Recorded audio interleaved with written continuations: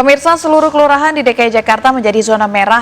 Angka kasus positif COVID-19 semakin meningkat setiap harinya. Beberapa klaster penularan baru muncul sejak masa PSBB transisi.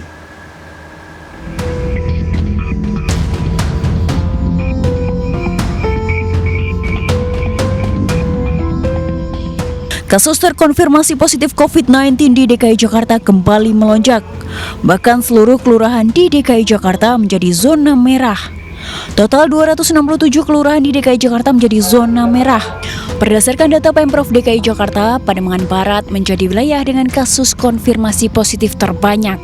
Wilayah lain dengan kasus positif COVID-19 terbanyak yakni Lagoa, Penjaringan, Sunter Agung, dan Sunter Jaya.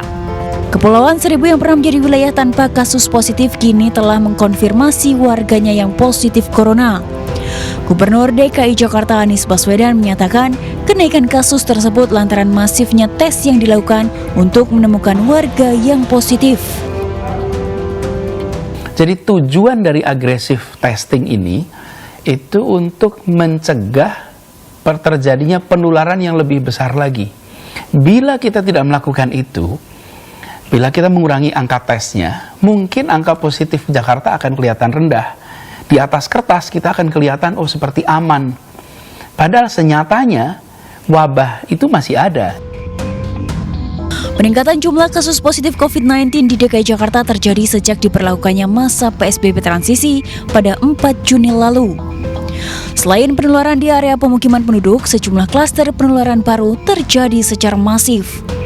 Menyumbang angka tertinggi kasus COVID-19 di DKI Jakarta yakni klaster pemukiman sebesar 25,8%. Kemudian banyaknya pekerja migran yang transit di Jakarta juga menyumbang angka kasus corona sebesar 6,11%. Sementara kasus klaster kantor yang baru-baru ini marak terjadi menyumbang 4,9% kasus COVID-19 di Jakarta.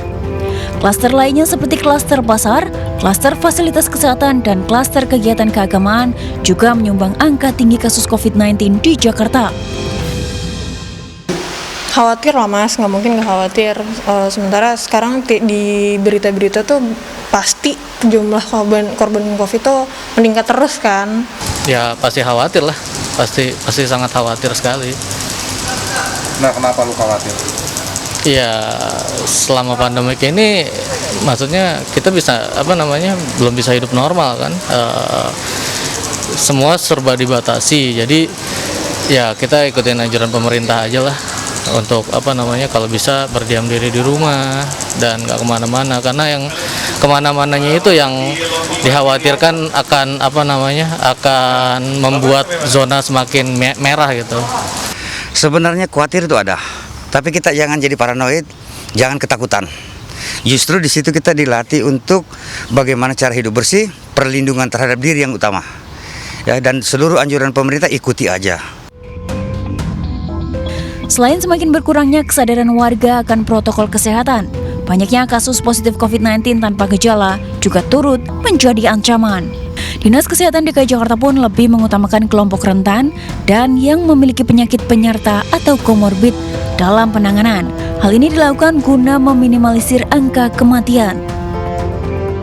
Kami sudah memetakan beberapa kasus-kasus warga DKI dengan komorbid atau penyakit penyerta yang harus kita lindungi, lansia harus kita lindungi, sehingga untuk daerah-daerah kelurahan atau RW yang menunjukkan angka laju kecepatan penularan yang tinggi, kami optimalkan dengan pengawasan melalui gugus tugas tingkat RW.